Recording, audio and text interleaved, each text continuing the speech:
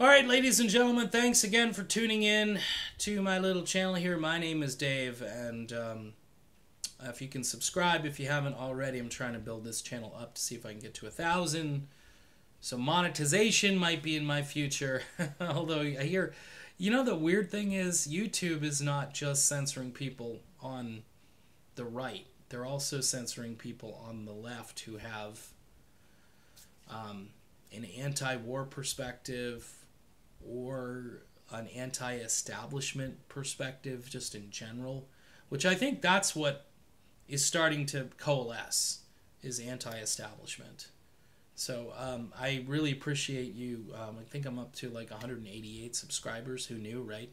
So I'll take the 188, but I'm heading hopefully to 1,000 someday. So let's just keep the momentum going.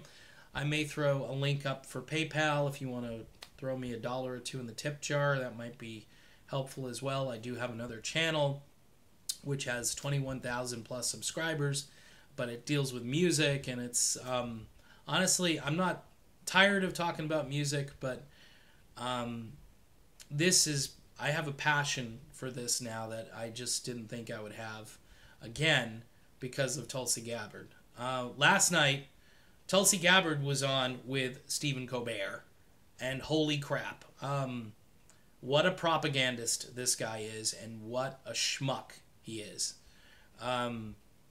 This interview, especially the ending of it, the back end of this interview, was an abomination. This was some of the worst ambushing that you're going to see, and there was no way she could repair the damage he did at the end of this interview. Just to describe the beginning of it, it was cordial, there was agreement on some things, but then, we started talking foreign policy. Was the Iraq war worth it? No, she got an applause line. But then, hey, but what about, America's role in the world, and how how are we supposed to be going around doing good? And she said, well, that's the problem. We haven't been doing good. And she cites, again, the fact that every time we go in and we try to do regime change, the people suffer, our soldiers die, and long term, this is going to destroy the United States economy. It's going to destroy it. It's like an asteroid heading toward the Earth. And we see it, but we're not going to try to shoot it out of the sky, even though we see it. We're going to keep doing the same thing. And it's going to get us. It's eventually going to hit us. So, toward the end of the interview, Colbert does something absolutely despicable. Apparently, there are a couple of people that like Tulsi Gabbard, and one of them happens to be David Duke, and then I guess Stephen Bannon, and he said, hey, I hear you got these fans, David Duke and Stephen Bannon, and she answered it fine. Her answer was great. Like, basically saying I can't really control who likes me, and that's there, and I've denounced racism in all its forms, and I have no, there's no relationship between her philosophical views, okay? And even Trump, who, before Trump ran for president, by the way, he was kind of liked by everybody. Let's just be honest. He ran for president, and then all of a sudden, he's a racist, okay? And that, he hasn't done a good job at refuting that, and he hasn't done a good job in defending the fact that he wasn't a racist until he ran for president. I mean, I don't know how you look at that, but Tulsi Gabbard comes at this from a much firmer position, a position that, quite frankly, Colbert knew what he was doing. And this was just pure propaganda.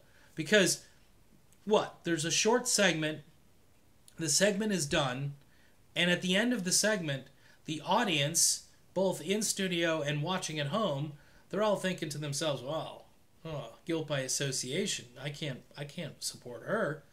David Duke likes her. I can't get involved in this. She's just too controversial. That's what and because of her anti-war views, she's a racist by association. And see, this is all psychological. It's psych ops. And you may think, Dave, it's not this sophisticated. No, it is. It really is. because the people will go away and they'll think, well, Kamala Harris is Joe Biden. They're the front runners. They're safe. You know, I'm a Democrat, or I'm a progressive, or I'm independent, but I'm not going down that road with some. We got Trump and he's kind of crazy. I don't want more crazy in there. Wow. Look at all the damage that was just done. Look at everything that happened in those few seconds. Now, not everybody watches Colbert. He's smug, he's arrogant, but he's got this audience which hates Donald Trump and tunes in every night to hear, you know, the latest I hate Trump meme. And again, this is just a ratings game, because if Trump, by the way, and this is another motivation here, if Trump doesn't get back in, because Tulsi Gabbard could beat Donald Trump, and she's not going to be, there's no entertainment value in going after an attractive woman with a military service record and a heart for service and all of the things that she represents. There's no entertainment value in that every night, going after Tulsi Gabbard every day. Whereas if Donald Trump stays in place, there you go. Every single night, it's another goofy Donald Trump meme or video or stand-up routine based on anything that Trump does, breathes, or says. And here's where I'm tired. I'm tired of the fact that we don't get things done anymore because we're too busy worrying about entertainment. And we shouldn't.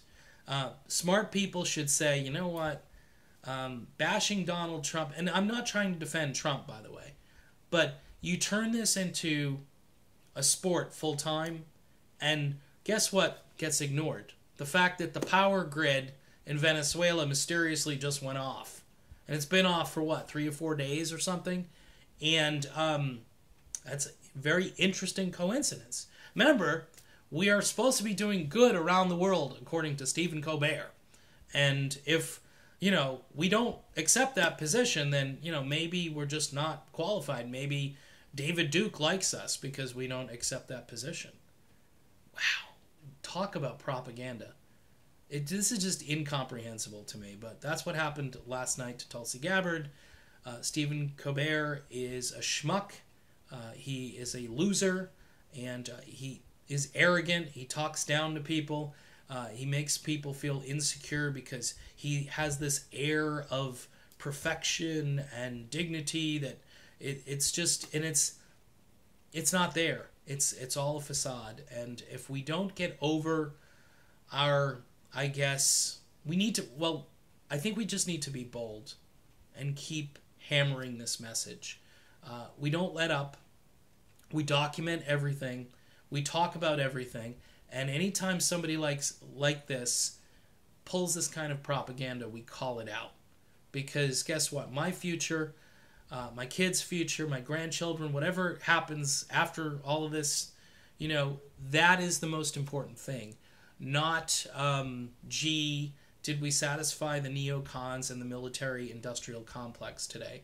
Because that's what this is all about, folks. It's catering to the puppet masters who control CBS and all the other propaganda outlets, and it's pretty much everything other than maybe RT America and the independent things that I see on YouTube.